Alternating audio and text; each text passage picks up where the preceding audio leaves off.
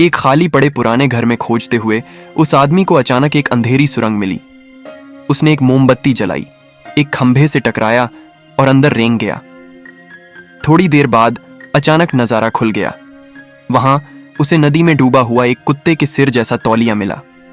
बहुत खुश होकर उसने तौलिया नहीं लिया। इसके बजाय वह घर भागा, अपने गोद लेने वाले माता पिता को 3 बार प्रणाम किया, जिन्होंने उसे 18 साल तक पाला था और उनसे पक्का रिश्ता तोड़ लिया।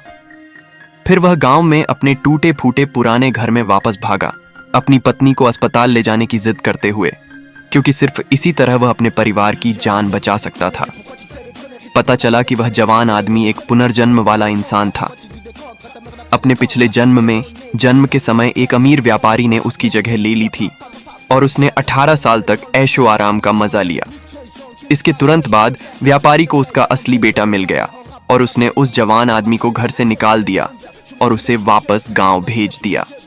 गांव वापस आकर उसकी असली मां ने अपनी सारी जमा पूंजी खर्च करके उसके लिए एक जवान और खूबसूरत पत्नी से शादी कर दी। लेकिन वह टस से मस नहीं हुआ, बस अमीर आदमी का बेटा बनना चाहता था। इसलिए उसने बेरहमी से अपनी गोद लेने वाली मां को छोड़ दिया।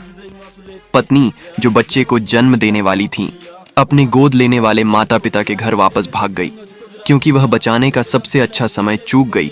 इसलिए उनकी जुड़वां बेटियों की जन्म के समय ही मौत हो गई।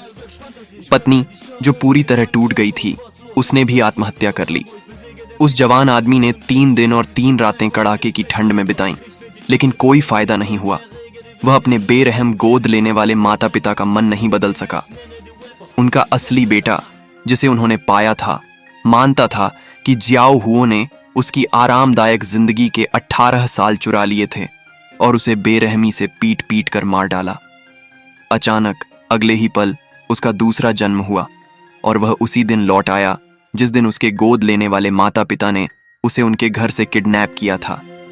उनकी बेरुखी को देखते हुए जियाओ हुओ ने कुछ नहीं कहा, बल्कि जमीन पर घुटनों के बल बैठकर 3 बार सिर झुकाकर उन्हें पालने के लिए धन्यवाद दिया।